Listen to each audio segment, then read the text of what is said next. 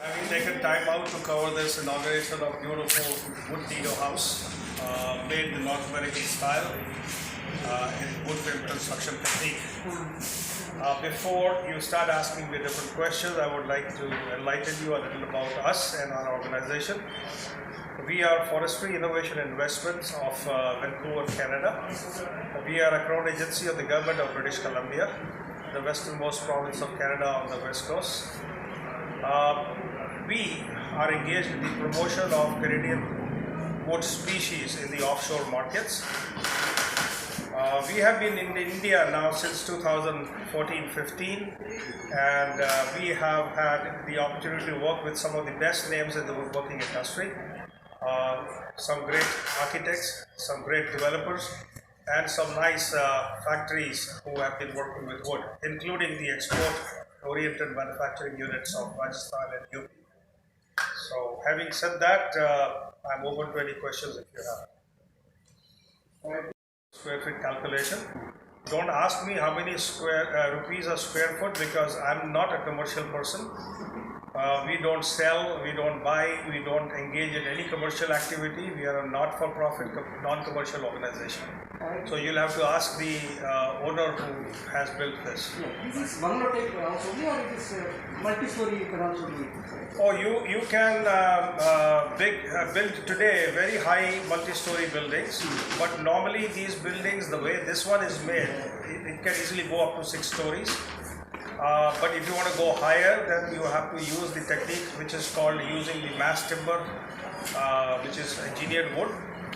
So engineered wood consists of glulam and NNP, CLP, etc., etc. So using that you can go as high as you want. But today, currently, as on date, we have a building 18-story high, standing on the campus of University of British Columbia in Vancouver, which is made of wood, 18 stories high. Student hostel, so that speaks volumes for itself. Is it earthquake resistant and water flood-proof also? So this is windproof, soundproof, waterproof, dustproof. If you keep the doors closed.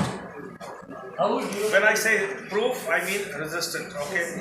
Of course, you have a bomb blast outside, you will hear it, but you can't hear the traffic right now. What about maintenance?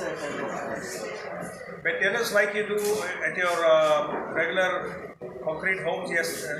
I mean, currently you can continue to do the same, clean it, wipe it, keep it nice and clean.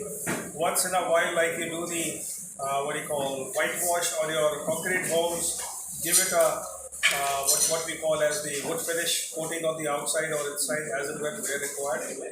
And you are here since 2011 something, right? 2013-14. What about your installation base? Sorry? Installation base. How many houses you have constructed till now? We don't construct. Yes. We provide technical support. Yes. We connect you with the suppliers to get the right wood. We provide assistance on site through an expert. So all these things, we are helping build an ecosystem where the building with wood becomes a norm rather than a rarity. So it's still early days. It will take some more time for us to arrive at that stage as a nation. But we are doing our small bit to help that happen. So building with wood is eco-friendly. It helps mitigate global warming, right?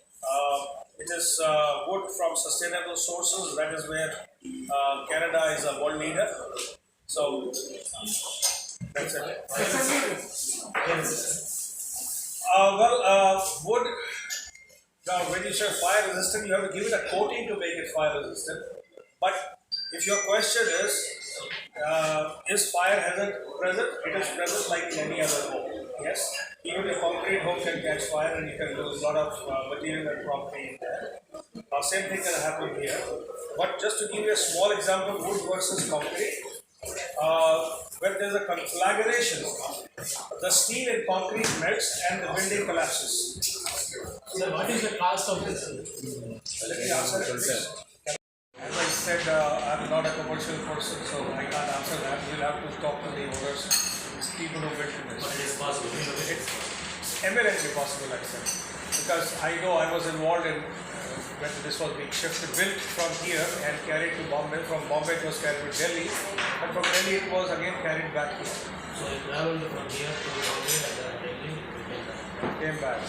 And one more thing, this deck you see was not part of the original design. So that means it was not only carted back to here, but this was an afterthought added later on. So it is very organic way you can incorporate some changes if you want to while you're building it or rebuilding it. So what is the life of this construction? If looked after and maintained well, it can stay for as long as you want. I mean, at least it'll last you a lifetime. My lifetime. Normally concrete is for 60 years. It's not like that. We have examples standing for more than 100 years in the world, everywhere. What about the prolongability? How old it is? Sorry? How old it is? Prolongability? Prolongability. Oh, that's called, that building is called Rock Commons in the University of British Columbia. Yes, that's been there for almost 6 years now.